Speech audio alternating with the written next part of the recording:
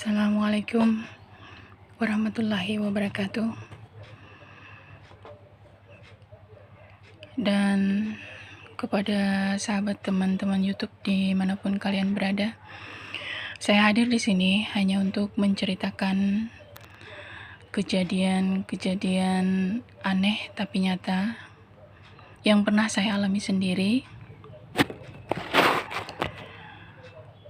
Dan sekarang umur saya sudah 50 tahun, kelahiran tanggal 3 Februari 71, dan 35 tahun saya mengudara di Radio Gemakuripan Amuntai, dan sekarang sudah jeda 2 tahun karena komplikasi penyakit. Saya hanya ingin berbagi, menceritakan hal-hal aneh selama beberapa tahun kemarin yang lalu saya lewati. Dan saat saya sendiri waktu itu, saya bertemu dengan suami orang, katakanlah ya, yang berinisialkan H, yang katanya dia juga orang keturunan Candi. Nah, waktu itu kita lagi akrab-akrabnya, dan dia kepengen menjadikan saya istri.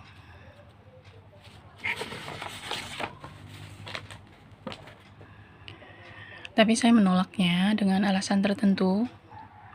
Dan suatu ketika kita pengen ketemuan lagi, dan saya melihat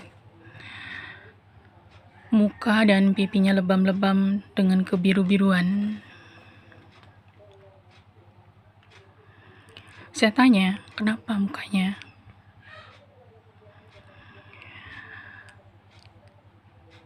Setelah dia jawab, itu katanya, yang aku suami kamu orang sebelah. Katanya jangan ganggu istriku. Saya berpikir, ya mungkin orang ini adalah orang yang telah menitipkan anaknya ke rahim saya waktu itu. Karena saat melahirkan anak saya yang laki-laki sekarang ini, saya mempunyai kembar perempuan.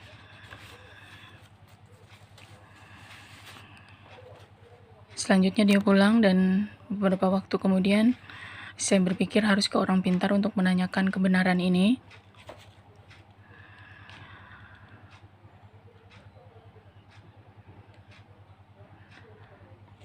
Dan jelasnya anak saya yang perempuan ini sekarang tinggal di Candi Agung.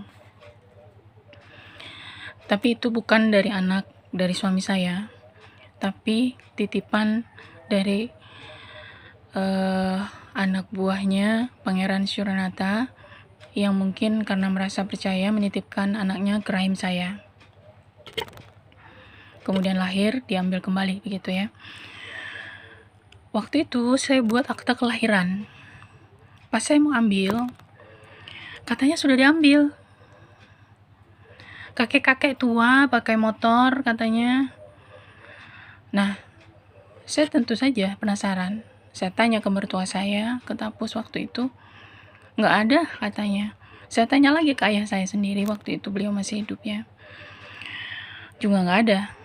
Ramai kita debat sama Paman Icas di kampung ini yang kerja di situ, di bagian pembuatan akta kelahiran. Yang ujung-ujungnya, ya saya minta buatkan kembali dong akta kelahiran anak saya, Nufianzan, begitu ya. Saya penasaran, pergi ke seorang guru untuk memperjelas. Ternyata benar katanya,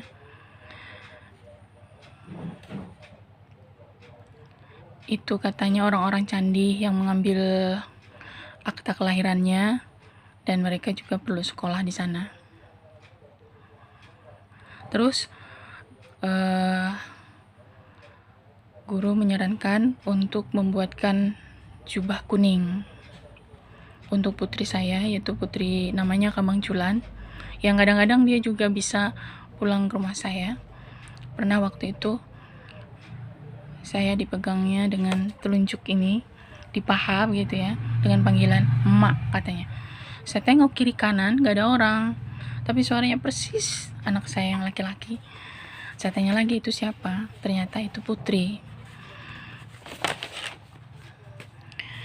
Dan anehnya, para YouTube dan teman-teman YouTube di seluruh Indonesia yang mungkin bisa mendengarkan dan melihat saya saat ini, mungkin Anda juga pernah mengalami hal yang sama dengan saya.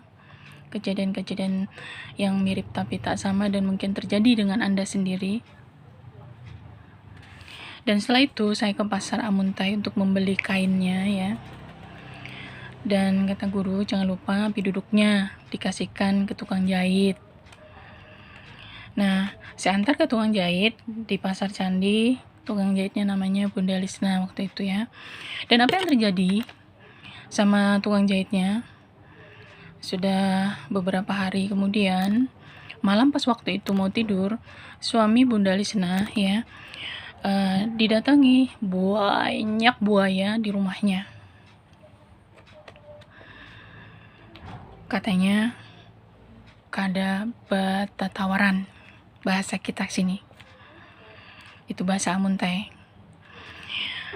Aku hendak duduknya, ujar sang suami, si bunda tukang jahit tadi. Kada kawa, ini ampun orang.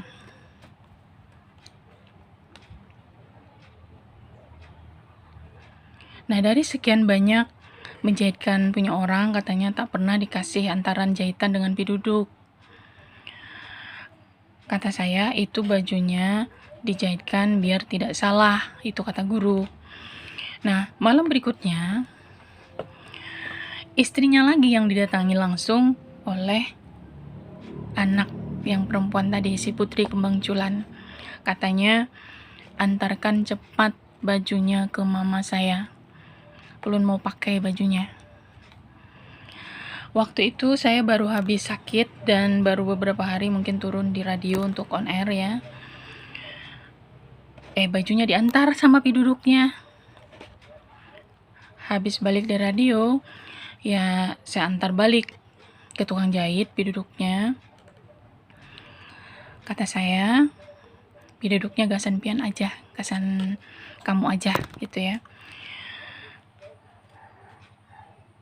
Ya gara-gara mungkin pian kada batawaran lawan Datu Nini Candi, Datu Kelua, mereka mendatangi Puan Pian untuk minta piduduknya.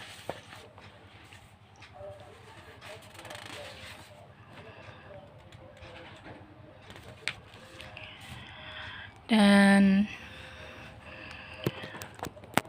nanti saya akan perlihatkan bagaimana baju jubahnya yang saya buat ya.